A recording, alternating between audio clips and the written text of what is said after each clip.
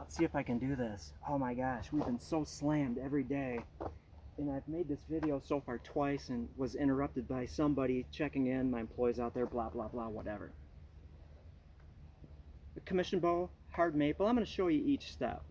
I wanted to do this before I went on to the next step, how I mark with my Scribe-O-Matic. And so I worked this down through to a growth ring and got the center mark, center mark, center mark, all lined up nicely. And I'm looking at it, and in the last, right here, it's got a propeller twist that throws it off to the side. Now I could do a couple things. I could finish the bow and then get that twist out and then recurve it, but chances are what's going to happen when I do that is it's going to throw my alignment off. A little bit not so bad, because then there will be a right side to the bow and a left side. But I want to keep it symmetrical. It helps for the longevity of the bow. And so what I'm going to do is, because it's just in this area, it's going to be sinew back, it's going to be recurved, and the recurve is not going to be probably moving here. I'm just going to sand it, violating a couple paper thin growth rings to get it nice and level, so I don't need to monkey with potentially having to bend the handle to realign it, to worrying about realigning it after I recurve it. It's just simpler to do that. It's not going to affect anything. It's a good way of violating growth rings, because it's going to be at an angle, rather steep angle, and not just ending. You got it. Okay, next up is rough marking the shape.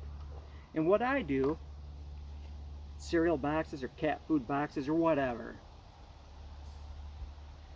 I'll take a piece of thicker stuff and I'll actually scribe it down the center line with a pair of scissors or a knife, so I can get a nice sharp bend in two directions. So I've got symmetry. And then I'll plan out the handle. Now, because this is a sinew back bow, I don't want to have a severe inside bend here, because it would tend to pull away. And so this is just a rough. It's going to be a little more subtle than this. Simply put it down there, draw your lines. The tips, you could actually just, from the end of the fades or wherever, you know, like 2/3 out, and then figure out your width on your tips and just draw straight lines. But I like a little bit of curve, and so I took a ruler on my cardstock, had it set here. I'm going to exaggerate so you see what I'm talking about. And I go a little distance, then I tip it a little bit, distance, tip it another time, 3 times, and then cut it to eliminate the sharp edges. But again, when I'm finishing it, I'm going to be doing this and sanding and knock those sharp edges off. It gives me an idea to get it somewhat paddly and also continue the width a little further out than, you know, a standard American style longbow. And that's it. I just worked it down to near my lines with a farrier's rasp. So I'm like beyond tired, so I'm having a hard time talking now. Now you're saying, look at, there's wiggles in here. What do you do if you have somewhat snaky bow?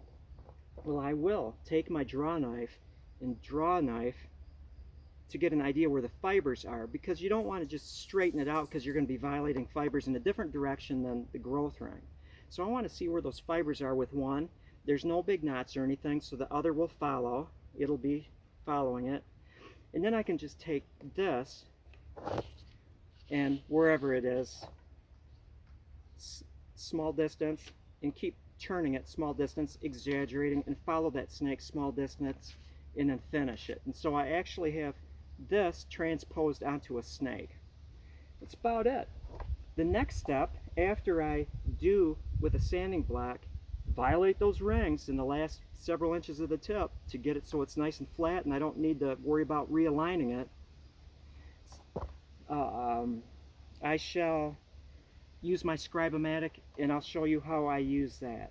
I have successfully made it through this video without being interrupted by the public. I mean, it's my job, I shouldn't say interrupted, but it is interrupted.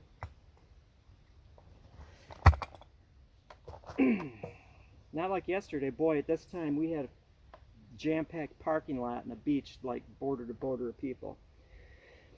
Thank you for watching. I am. I'm so like fatigued. Did I mention Lewis Paul? I'm sorry I don't get back on my emails as much as I should, or answering comments on YouTube, but I have a stave for your potential bow and a teepee. I have a general idea of what you want. Got bow picked out. I'm gonna, after I finish this bow to the point where I'm waiting for the sinew to cure, I'm gonna work on that one, then say, hey, LP, would you like this one? It's your draw length and your draw weight that you want. Anyway, that is all. John signing off. Time to go get my leaf blower and begin my labor portion of the day.